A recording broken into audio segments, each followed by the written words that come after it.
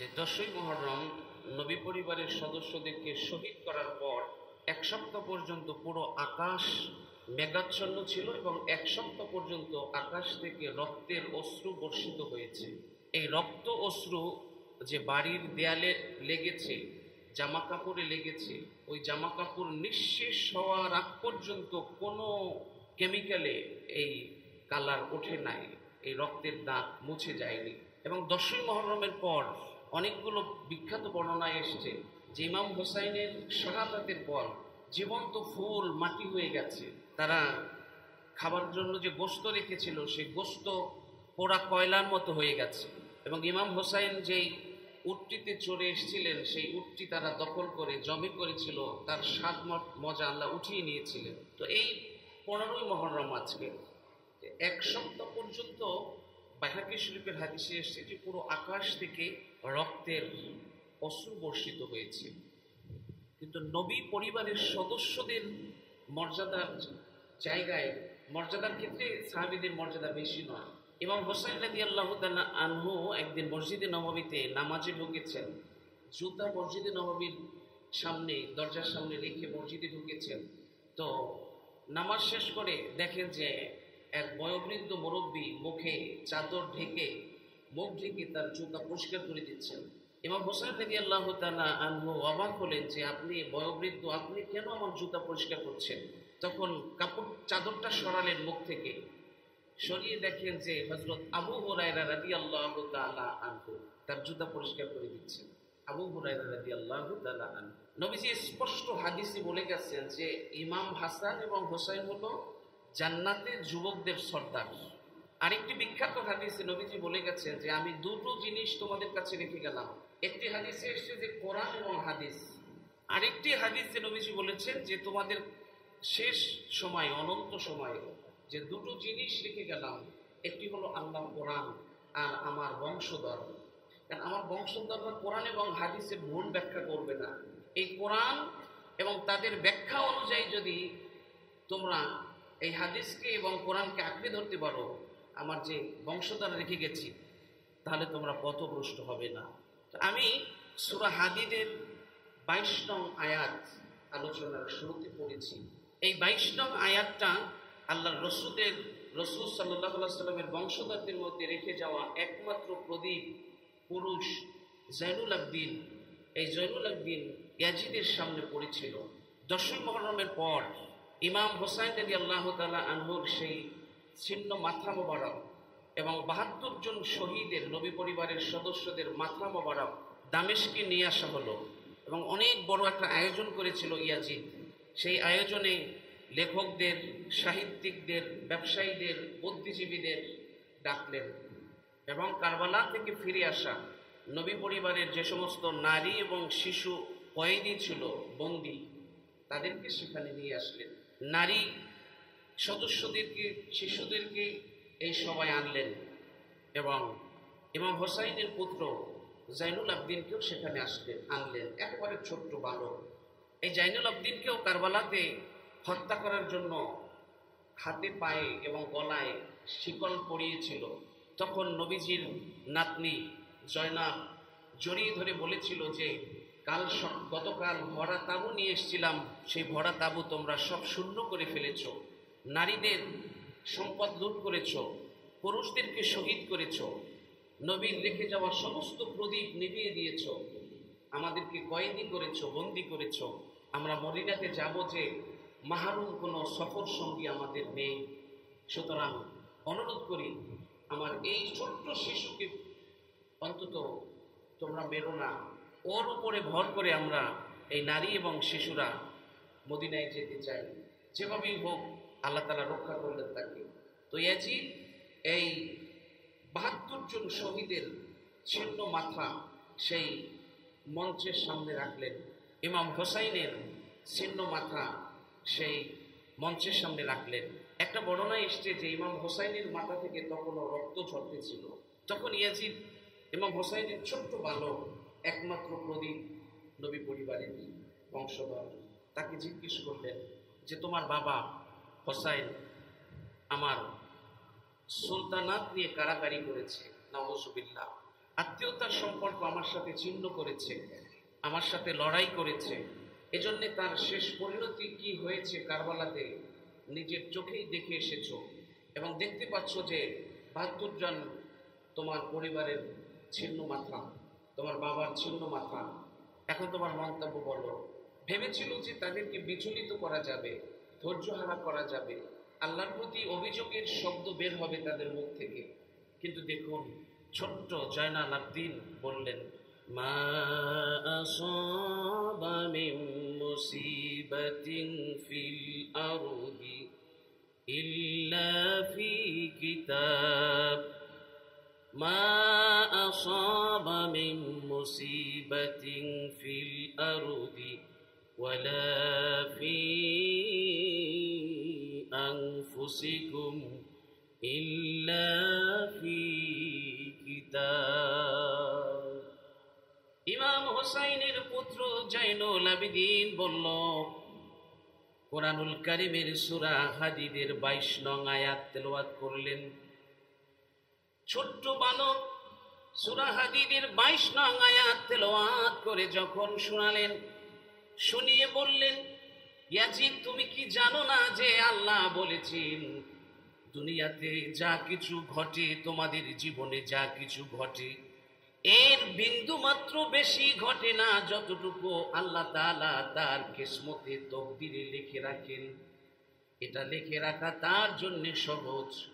যতটুকু লিখে রাখেন তার চাইতে নিজের জীবনে অথবা পৃথিবীতে এক চুল পরিমাণও বেশি ঘটে না। সুতরাং এই ঘটনা আল্লাহ আমার বাবার তাকদিরে লিখে রেখেছিলেন। আমার বাবার তাকদিরে শহীদ হওয়া নসিব ছিল, আমার বাবাকে আল্লাহ কবুল করেছেন। নবী পরিবারের ৭২ জন শহীদ আল্লাহ কবুল করেছেন। সুতরাং এখানে আল্লাহর প্রতি অভিযোগ করার কোনো শব্দ আমাদের কারো মুখ থেকে আসবে না। আমরা সবাই ধৈর্যশীল, আল্লাহর সিদ্ধান্তের উপর আমরা সন্তুষ্ট। বলুন সুবহানাল্লাহ। আমরা সামান্য একটু জ্বর হলে, দুনিয়ার একটু কোনো রকম কষ্ট হলে বিচলিত হয়ে যায়, অভিযোগ করি আল্লাহর কাছে। আল্লাহ বলছেন, এমনিতেই জান্নাতে যাবা, সব হারালেন, তবুও অভিযোগের একটা শব্দ মুখ থেকে তাদের বের হলো না। এই যে করুণ ইতিহাস, কারবালার ইতিহাস হলো মুসলিম জনগোষ্ঠীর এক ত্যাগের ইতিহাস। পৃথিবীর কোনো অমুসলিম যদি মুসলমানদের সম্পর্কে জানতে চায়, তাহলে প্রথমেই তাদেরকে কারবালার ইতিহাস পড়তে হবে। তাহলে বুঝতে পারবে যে এ মুসলমানদের অতীত ঐতিহ্য কি, এ মুসলমান কারা, এদের পরিচয় কি। আমার ভাইরা, কারবালার ইতিহাস বড়, ঘটনা বড় নির্মম নিষ্ঠুর। ৯ মুহররম রাতে শেখ ফরিদউদ্দিন গঞ্জে শকর রাদিয়াল্লাহু তাআলা আনহু, আরবের বড় একজন বিখ্যাত পণ্ডিত, তিনি একটি বর্ণনা করেছেন। ৯ মুহররম রাতে তিনি স্বপ্নে দেখেন একজন বুজুর্গ, তিনি বর্ণনা করেছেন সবচেয়ে বড় একজন অলি বুজুর্গ স্বপ্নে দেখেন, বর্ণনা করেছেন যে ৯ মুহররম রাতে তিনি স্বপ্নে দেখেন মা ফাতেমা রাদিয়াল্লাহু তাআলা আনহা কোনো একটা জায়গা নিজে ঝাড়ু দিতেছেন আর কাঁদতেছেন, চোখের পানি পড়ে সেই জায়গা ভিজে যাচ্ছে। ময়লা আবর্জনা ঝাড়ু দিয়ে সরিয়ে দেওয়ার পর নিজের জামার আস্তিন দিয়ে সেই জায়গার ধুলা, বালু, ময়লাগুলো মুছে পরিষ্কার করে দিচ্ছে। আল্লাহর ওলি স্বপ্নের মধ্যে কেঁদে কেঁদে বললেন, মা ফাতেমা, আপনার কান্নায় মনে হয় আকাশ বাতাস কাঁদে, কেন আপনি কাঁদতেছেন? আর এই জায়গা কেনই বা ঝাড়ু দিচ্ছেন? এই জায়গাটা কোন জায়গা মা? মা ফাতেমা তখন বলল, এটা হলো কারবালার ময়দান। এই জায়গায় আগামীকাল আমার কলিজার টুকরা ইমাম হোসাইনকে শহীদ করা হবে। আমার কলিজার টুকরা ইমাম হোসাইনের রক্ত এখানে পড়বে। এজন্য আমি মা চাই না আমার কলিজার টুকরার রক্ত ময়লা আবর্জনার মধ্যে পড়ুক। এজন্য আমার সন্তানের শহীদের এক ফোঁটা রক্ত যেই জায়গায় ঝরবে, ওই জায়গাটা আমার জামা দিয়ে আমি মুছে দিয়ে গেলাম। ঐতিহাসিক আর একটা বর্ণনায় এসছে, ইমাম হোসাইনের শেষ নিঃশ্বাসের ঢেউ যখন আছড়ে পড়ছিল, যখন নিঃশ্বাস বন্ধ হয়ে শহীদ হয়ে গিয়েছিল, একটা কাক কোথ থেকে যেন এসে ইমাম হুসাইনের রক্তের মধ্যে তার মাথাটা ঢুকিয়ে দিল। ইমাম হুসাইনের রক্তের মধ্যে মাথাটা ঢুকিয়ে দিয়ে ইমাম হুসাইন রাদিয়াল্লাহু তাআলা আনহুর রক্ত নিয়ে পাখা ঝাপটাতে ঝাপটাতে উঠতে উঠতে উঠতে উঠতে মদিনায় চলে আসলো।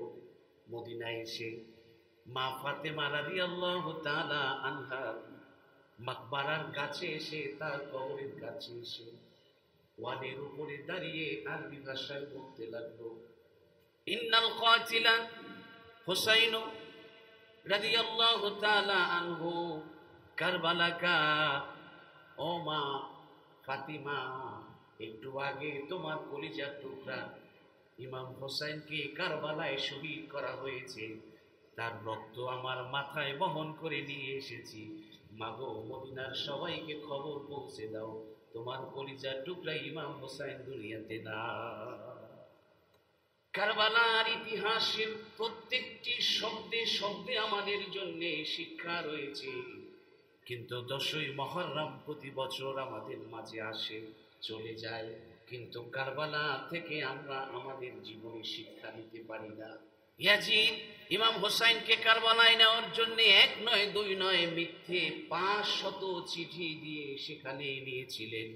সেখানে যাওয়ার পর যখন ইমাম হোসেন বুঝতে পেরেছে ওরা মিথ্যার কাছে মাথা নত করানোর জন্য আমাকে নিয়ে এসেছে, আমি যদি মিথ্যার কাছে মাথা নত করি আমার নানার রেখে যাওয়া ইসলাম কলঙ্কিত হবে, ইসলামের প্রদীপের আলো নিভে যাবে, এটা সম্ভব নয়। এজন্য ইমাম হোসেন রাদিয়াল্লাহু তাআলা আনহু সিদ্ধান্ত নিলেন 9 মুহররম দিবাগত রাতে মহিলা এবং পুরুষদের তাঁবুতে তার শেষ নসিহত করবেন। এই জন্যে কারবালায় নারীদের তাঁবুর চতুর্পাশে আগুন জ্বালাতে বললেন, পুরুষদের তাঁবুর চতুর্পাশে আগুন জ্বালাতে বললেন। নারী এবং পুরুষদের তাঁবুর চতুর্পাশে আগুন জ্বলতে লাগলো। তখন ইমাম হোসেন রাদিয়াল্লাহু তাআলা আনহু বললেন, হয়তো তোমাদের সাথে নসিহত করার সুযোগ আমার জীবনে আর নাও আসতে পারে, আমার জীবনের শেষ নসিহত হিসেবে আমার কথাগুলো তোমরা আমল করো। ইমাম হোসেন রাদিয়াল্লাহু তাআলা আনহু তখন নবী পরিবারের সদস্যদেরকে প্রস্তাব দিলেন যে ওদের সাথে আমার শত্রুতা, ছোট ছোট শিশু, নারী, নবী পরিবারের সদস্যদের সাথে কোনো শত্রুতা নাই, ওদের টার্গেট হলাম আমি। সুতরাং আমি তোমাদেরকে বাঁচাতে চাই। কাল সকাল হওয়ার আগে আজকের রাতে আমি সবাইকে একটা করে ঘোড়া দিতে চাই। রাতের আধারে তোমরা সেই ঘোড়া নিয়ে যেদিকে তোমাদের দৃষ্টি যায় সেদিকেই তোমরা চলতে থাকো।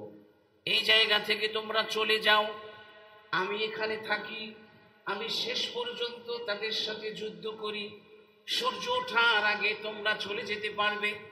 ঘোড়াগুলো বেঁধে রাখা আছে, উট বেঁধে রাখা আছে, এক একজনকে একটা করে দিয়ে দিই, তোমরা চলে যাও। আহলে বাইতের সদস্যরা বললেন, ইমাম হোসেন আপনি শহীদ হওয়ার পর আমরা বেঁচে থাকব, সেই জন্য আপনি আমাদেরকে পালিয়ে যেতে বলছেন, চলে যেতে বলছেন।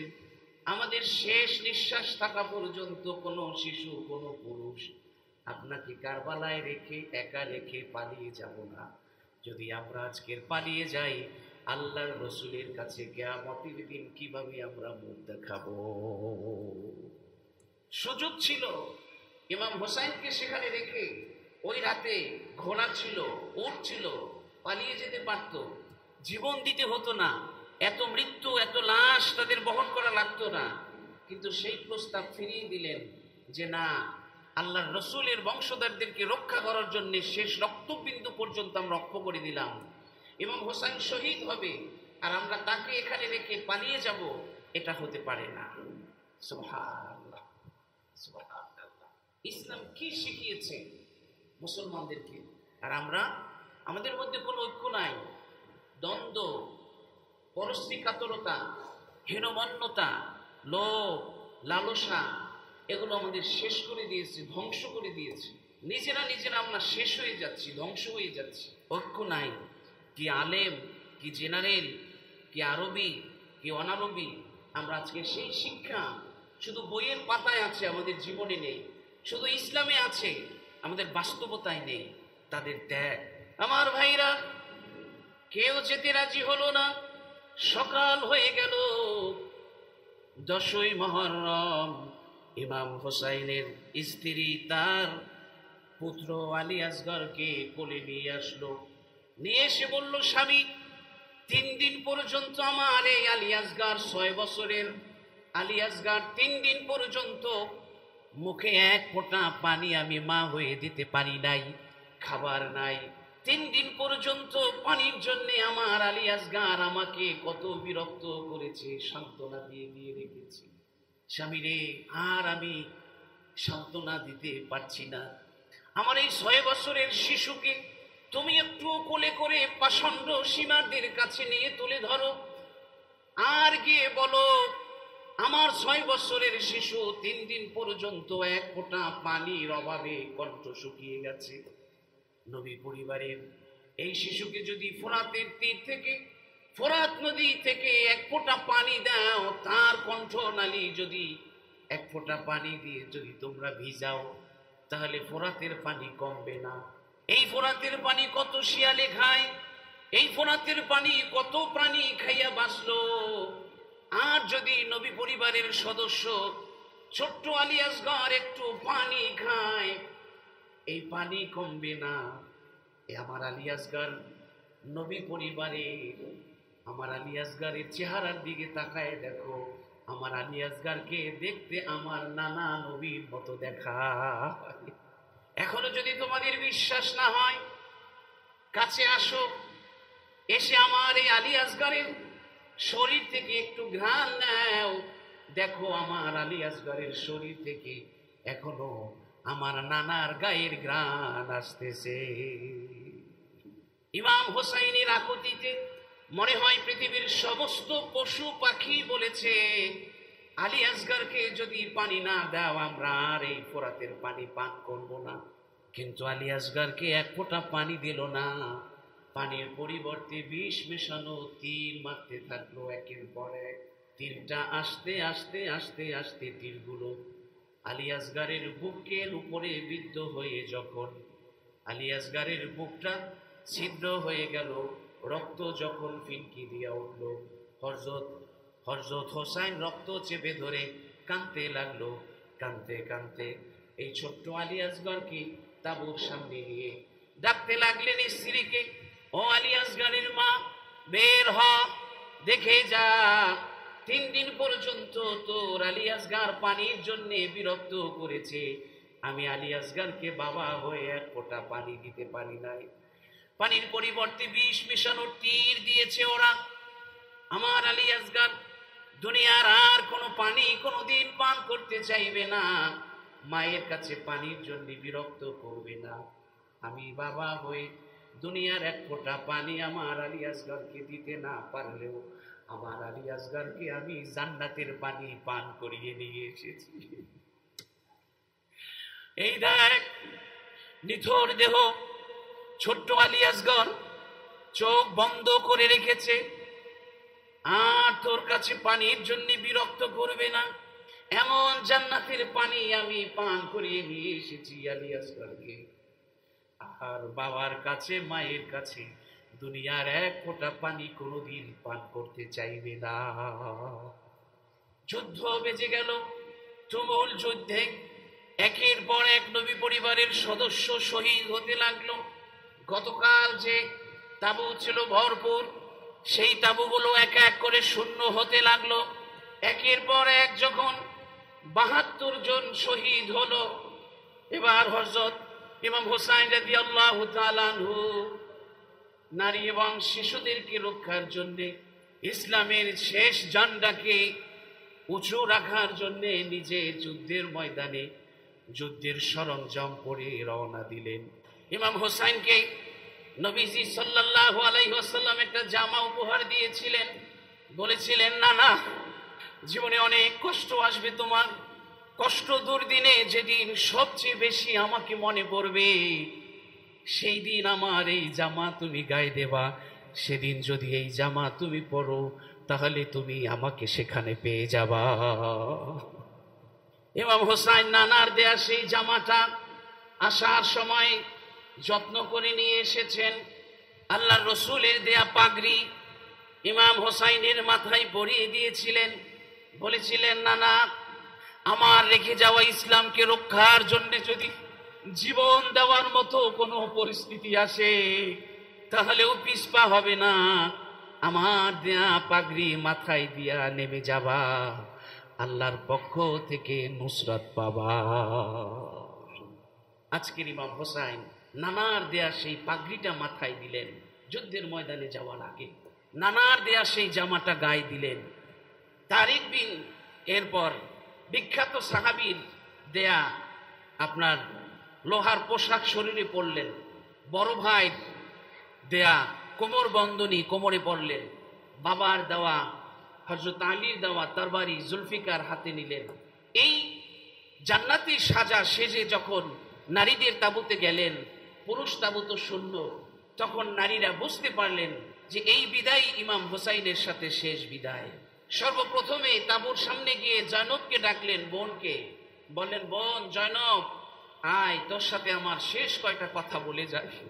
জয়নবকে ডেকে বললেন, বোন, ভরা তাঁবু চোখের সামনে শূন্য হয়েছে। নিজের সন্তান হারিয়েছ, ভাইয়ের সন্তান হারিয়েছ, স্বজনদেরও হারিয়েছ। বোন, নানা সারা জীবন কষ্ট করে গেছে, আল্লাহর কাছে কখনো অভিযোগ করে নাই। বাবা আলী, তাকে শহীদ করা হয়েছে, 3 দিন পর্যন্ত আমরা ভাই বোনেরা তার ক্ষত, মাথার ক্ষত দেখেছি, ছটফট করে করে 3 দিন পর্যন্ত ছটফট করতে দেখেছি। আমার মা ফাতেমা, আমার বাবা ধৈর্য হারা হয় নাই, আল্লাহর প্রতি অভিযোগ করে নাই।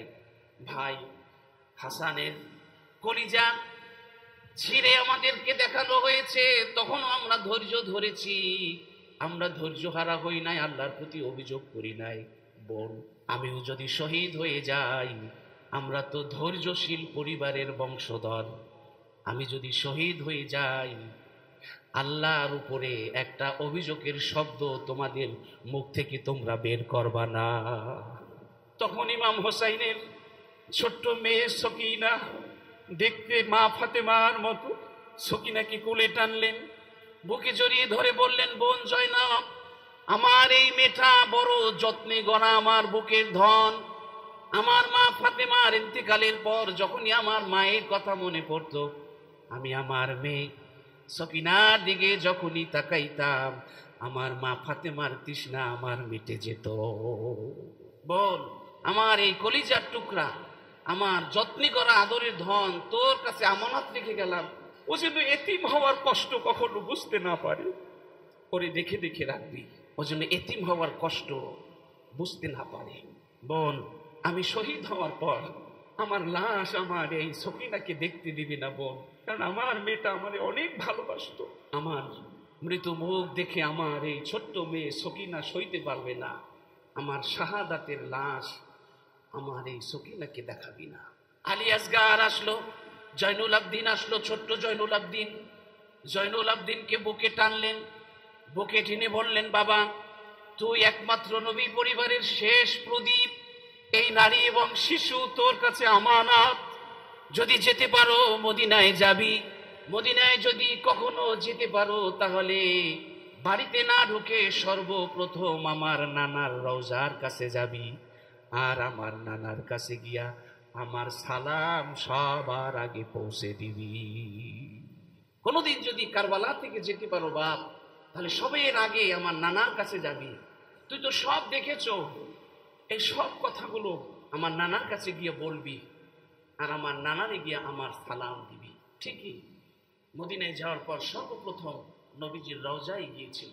আমার ভাইরা, ইমাম হোসাইন রাদিয়াল্লাহু তাআলা আনহু যখন কারবালায় ময়দানে যুদ্ধের জন্য নেমেছিলেন, কাফের মুশরিকেরা এবং ইয়াজিদের সৈন্যরা পাষণ্ড সীমার 33টি বর্ষা দিয়ে আঘাত করেছে তার শরীরে, তরবারি দিয়ে 40টি আঘাত করেছে তাকে, 121টি রক্ত, 121টি বিষ মাখা তীর তার শরীরে ছুঁড়ে শরীরটা বৃদ্ধ করেছে।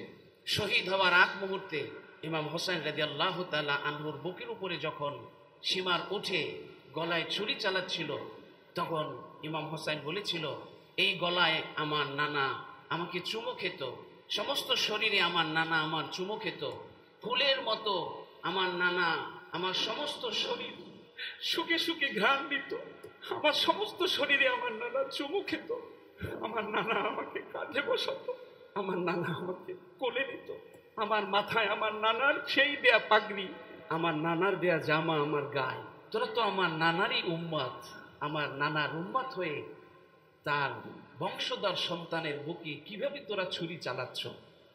আল্লাহর কাছে কি জবাব দিবি তোরা? নিষ্ঠুরেরা শুনল না, শহীদ করলো ইমাম হোসেন রাদিয়াল্লাহু তাআলা আনহুকে। সারাদিন নবী পরিবারের সদস্যরা শহীদ হলো, ভরা তাবুক শূন্য হলো, সন্ধ্যা নামলো, রাত নামলো, মহিলাদের তাবুক লুট করা হলো, তাদের গায়ের চাদর পর্যন্ত নিয়ে নেওয়া হলো, তাদের কয়েদি করা হলো, বন্দি করা হলো। বন্দি করার পর তাদেরকে ওখান থেকে নিয়ে যাওয়ার আয়োজন চলছিল। তখন জয়নব এই সীমার বাহিনীর কাছে একটি আবেদন করেছিল, হয়তো এই রাতের মধ্যেই আমাদেরকে এখান থেকে তোরা নিয়ে যাবি। তো আমি তো আর আমার কলিজার টুকরা সন্তানদের, আমার ভাইকে দাফন করে যেতে পারলাম না, ভরা তাঁবু শূন্য করে যাচ্ছি, যাবার সময় একটু আমার সেই ভাইয়ের লাশ, আমার সন্তানদের লাশটা আমি শেষবার একটু আমার চোখে আমি দেখতে চাই, আমাকে একটু সময়ের জন্য তোরা ছেড়ে দে। ইমাম হোসাইনের বোন মা ফাতেমার মেয়ে নবীজির নাতনি জয়নবকে তখন ছেড়ে দেওয়া হলো। তখন জয়নব কারবালার মাঠে গিয়ে দেখে তার সন্তান, ভাইয়ের সন্তান, আপনজনের লাশ ছিন্ন ভিন্ন হয়ে পড়ে আছে, সবগুলো মাথা থেকে আলাদা করা হয়েছে। সব লাশ খুঁজতে খুঁজতে খুব ব্যস্ত হয়ে খুঁজছিলেন যে ভাই ইমাম হোসাইনকে একটু দেখে যেতে পারি কিনা, তার শেষ মুখটা দেখে যেতে পারি কিনা।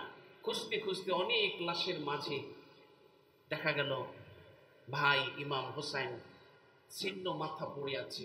33টি বর্ষার আঘাত, 40টি তরবারির আঘাত, 121টি বিষ মাখা তীর দিয়ে শরীরটা ছিন্ন ভিন্ন করার পর সমস্ত শহীদদের উপরে ঘোড়ার পাল তাড়িয়ে, ঘোড়া দৌড়িয়ে সমস্ত লাশগুলো ক্ষত বিক্ষত করা হয়েছিল। কি যে নির্মম! আকাশ বাতাস যেন এই অপরাধের বেদনায় ভারী হয়ে গেছে। একবার বোন জয়নাব মূর্ছা যায়, আর একবার দাঁড়ায়, একবার মূর্ছা যায়, আর একবার দাঁড়ায়। শেষ মুহূর্তে ভাইয়ের ছিন্ন মাথাটা বুকে জড়ালো, জড়িয়ে কাঁদতেছিল আর বলতেছিল, ও ভাই হোসাইন রে, কারবালার এই লাশের বোঝা কেন এত ভারী, এত লাশের বোঝা আজি, এত লাশের বোঝা আজি বইতে নাহি পারি, ভাই হোসাইন রে, ডাকিতেছে নানাজি তোমারে। ও ভাই রে, শহীদ হয়েও দাপন ছাড়া রয়েছ এখনো পরি, কয়েদি আমি দাপন নাহি, কয়েদি আমি সাধ্য নাই রে, কেমনে দাপন করি, ভাই হোসাইন রে, ডাকিতেছে নানাজি তোমারে। ও ভাই রে, শিশুকাল হইতে মোরা ছিলাম মিলিয়া মিশিয়া,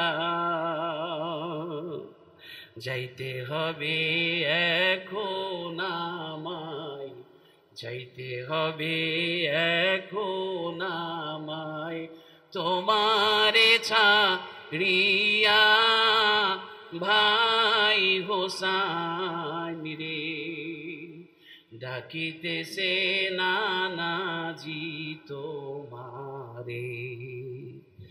ও ভাই রে, শেষে সালাম দিয়ে আমি বিদায় নিয়ে যাই,